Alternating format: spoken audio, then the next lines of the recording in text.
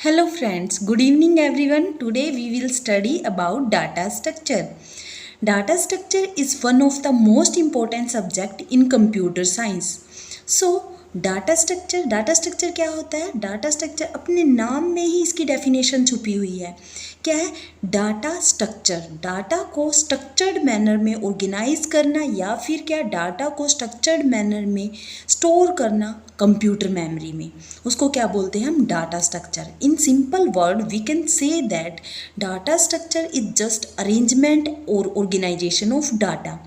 सो data structure हमें, why we need data structure, data structure की हमें ज़रूरत क्यों पड़ी, हमने डाटा स्ट्रक्चर सब्जेक्ट बनाया ही क्यों, इसके बारे में हम थोड़ा सा पढ़ लेते हैं. पहले डेफिनेशन को करने से पहले क्या होता है, हमारे पास, हमें पता है हमारे पास मिलियंस और ट्रिलियंस में डाटा अवेलेबल है ऑन इंटरनेट पर मिलियंस और ट्रिलियंस में डाटा क्या है? अवेलेबल है.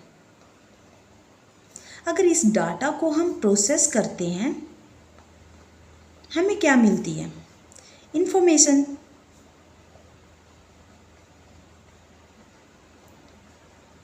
हमें पता है जिस भी पर्सन या फिर जिस भी कंट्री के पास ज़्यादा से ज़्यादा इंफॉर्मेशन होती है, उसको क्या माना जाता है? उसको नॉलेजेबल पर्सन या फिर नॉलेजेबल कंट्री मानी जाती है. और इंफॉर्मेशन क्या है? इंफॉर्मेशन क्या है? की टू सक्सेस. की टू सक्सेस. इंसान के पास या फिर किसी कंट्री के पास पैसा हो या ना हो, बट इंफॉर्मेशन है तो वो क्या है? सक्सेसफुल हो सकता है. सो इंफॉर्मेशन कहाँ से मिलती है? डाटा से. तो ये मिलियंस और ट्रिलियंस पे डाटा अवेलेबल है. इस डाटा को हमें कैसे स्टोर करें कि हमारा लेस टाइम लगे. डाटा को अगर असेस करना है, इंफॉर्मेशन को असेस करनी है हमें, तो कम टाइम में हमारी इंफॉर्मेशन हमें मिल पाए. या फिर लेस स्पेस, अगर डाटा को हमें स्टोर करना है कंप्यूटर में, तो हमारा क्या है? लेस स्पेस लगे.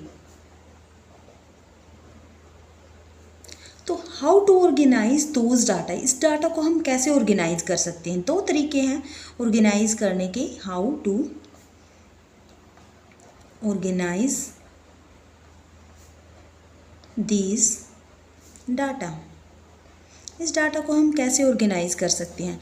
डाटा को ऑर्गेनाइज करने के दो तरीके हैं. या तो आप अनस्ट्रक्चर्ड मैनर में ऑर्गेनाइज करो, अनस्ट्रक्चर्ड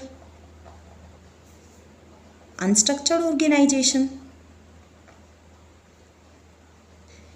या फिर दूसरा तरीका क्या है? स्ट्रक्चर्ड ऑर्गेनाइजेशन से करो. Structure organisation.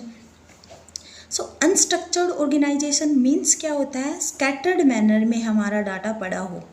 Scattered manner means इखरा बिखरा पड़ा हो डाटा, कोई डाटा कहीं है, कोई डाटा कहीं है. ऑब्वियसली सी बात है, ऐसे डाटा को अगर हम स्टोर करेंगे कंप्यूटर मेमोरी में, तो इसमें क्या लगेगा? मोर स्पेस, बहुत ज़्यादा स्पेस लग जाएगा, मोर स्पेस. और क्या होगा? More time. अगर हम किसी स्पेसिफिक डाटा को सर्च करना चाहते हैं तो हमारा क्या लगेगा? मोर टाइम, बहुत ज़्यादा टाइम लग जाएगा. तो हम ऐसी तो ऑर्गेनाइजेशन कभी नहीं चाहेंगे कि हमें ज़्यादा से ज़्यादा स्पेस कंज्यूम करना पड़े या फिर बहुत ज़्यादा टाइम लगे. ऐसी तो ऑर्गेनाइजेशन हम कभी नहीं चाहेंगे. तो सेकंड क्या है? Structured manner. स्ट्रक्चर मीन्स बिल्कुल प्रॉपर मैनर से हमें डाटा को ऑर्गेनाइज करना. प्रॉपर मैनर से डाटा को ऑर्गेनाइज करना, इससे हमारा लेस स्पेस लगेगा, बहुत कम स्पेस में हमारा डाटा स्टोर हो पाएगा, और लेस ही टाइम लगेगा. जब हमें किसी स्पेसिफिक डाटा को सर्च करना होगा तो हमारा लेस टाइम लगेगा स्ट्रक्चर ऑर्गेनाइजेशन में अगर हम स्टोर करेंगे. तो टू फुलफिल दीज रिक्वायरमेंट, हमें ये ये फुलफिल करनी है ये रिक्वायरमेंट. तो हमने क्या बनाया? कौन सा सब्जेक्ट बनाया? Data structured. So data structure. So we will go to definition of data structure.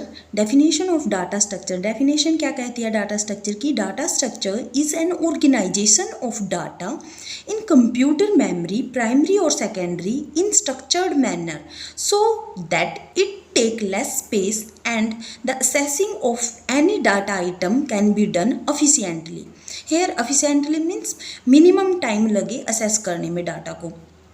Data structure means data को इस तरह ऑर्गेनाइज करना कंप्यूटर मेमोरी में कि इन स्ट्रक्चर्ड मैनर में कि हमारा जब हम डाटा को असेस करें तो कम टाइम लगे और डाटा को हम स्टोर करें तो लेस स्पेस लगे. ऐसे डाटा को ऑर्गेनाइज करना वो किसका एम है? डाटा स्ट्रक्चर का. डाटा स्ट्रक्चर की ये डेफिनेशन है.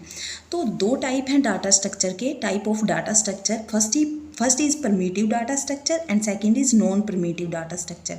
परमिटिव डाटा स्ट्रक्चर में क्या होते हैं? बिल्ट इन डाटा टाइप आते हैं. For example int, float, char, pointer और बुलियन. ये सभी किसके टाइप है? परमिटिव डाटा स्ट्रक्चर के.